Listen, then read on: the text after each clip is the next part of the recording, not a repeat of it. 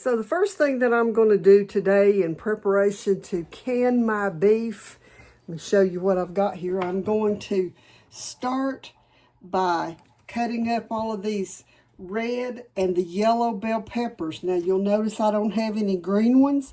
That's because as they start to turn and get, the yellow and the red, they kind of get sweeter and, it kind of mellows out some of the flavor, and that's what I like.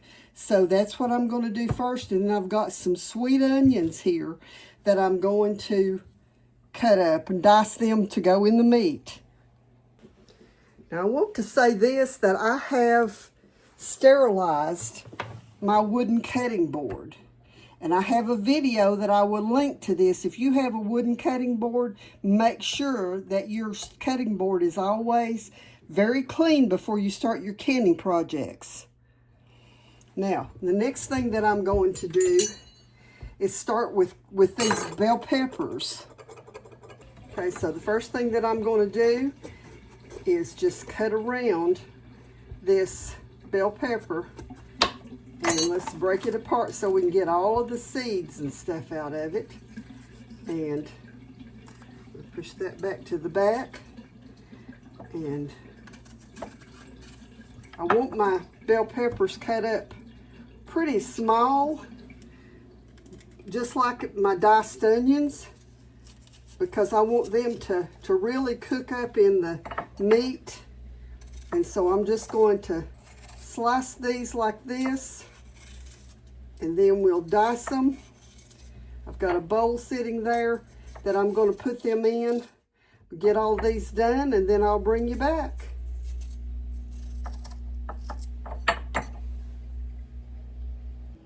Okay, I've got my skillet hot, and you can see here I've mixed up all of my peppers and my onions, and I'm going to put a good cupful of onions in this. Actually, I'm probably going to go ahead and put 2 cups because this skillet will hold quite a bit of the beef. And we're going to start by just getting this sauteed. So I should tell you that because, well, of course, these vegetables are pretty dry, but because the beef is all grass-fed and it doesn't have a whole lot of fat in it, so I've started this with a little bit of beef tallow, so because I want to make sure that it sautés good. And so I'm going to get these done, and we'll bring you back. Okay, so my onions are just beginning to get a little bit iridescent. I don't want to cook them all the way because they're going into the pressure canner. I'm going to start by just putting some of this ground beef in it, and then I'll show you once I've got it all in here what I'm doing. Okay, as you can see, my meat has cooked through, and of course I'm not browning it as far as, letting it brown on the bottom of the skillet at all, but I'm going to start getting this put into the jars. Now, the one thing that I am going to add to this is some salt and pepper. And I will likely add some garlic powder. Not an overly powering amount, but just enough. I've got 4 packs of meat in here, so I'm probably going to add 2 tablespoons of garlic powder to this. I could have sauteed some garlic in it, and I may do the next one that way. But anyway, what I am going to add is I'm just going to sprinkle some salt all over it and stir it through. That's probably about 3 tablespoons of salt. Let's get some pepper all over it. Now, y'all may be wondering, what in the world is she going to do with that meat?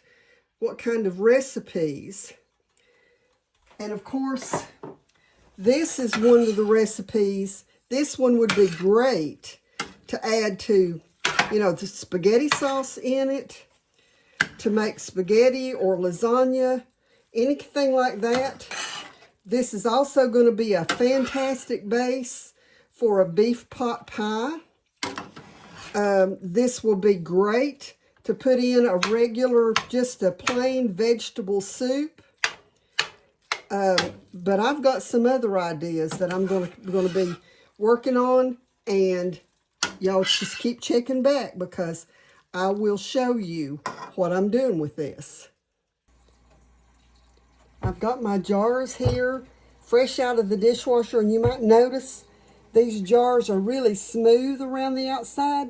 That's because these are Superb canning jars, and so I really like them because you can put a label on here and it'll stick to it real easy.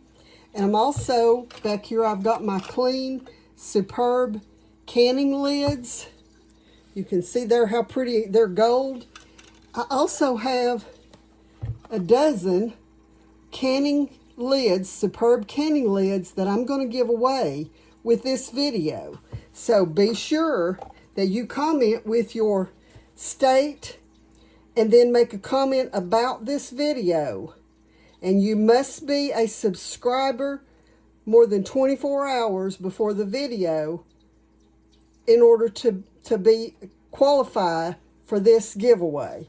So you can see here I've got my meat, and the only thing I'm going to do, I've already drained a lot of the fat off. There's not a huge amount of fat on this, but I'm going to start, about to drop one here, but I'm going to start, and I'm going to fill these almost all the way to the top, because as they process, they will pack down some, and so I want a good amount of meat in each one of the jars. So I'll get my debubbler out, and that'll help me. Don't pack these down real hard. I'm not packing, I'm just, trying to get them off of the top of my funnel. And so just put these in there and leave them loose. And y'all know that I don't add a whole lot of liquid to my ground beef. I've done it this way for years. I know that the powers that be across the country say to add broth to them, but it gives it a grainy texture that I do not like. And I am all about texture. So let's move this one over and get another one going. I'm going to fill all of these up, and then before I put them into the canner, I'll show you what else. So all of my jars are done. I do want to say that I did, on the second batch, I did add some garlic to it.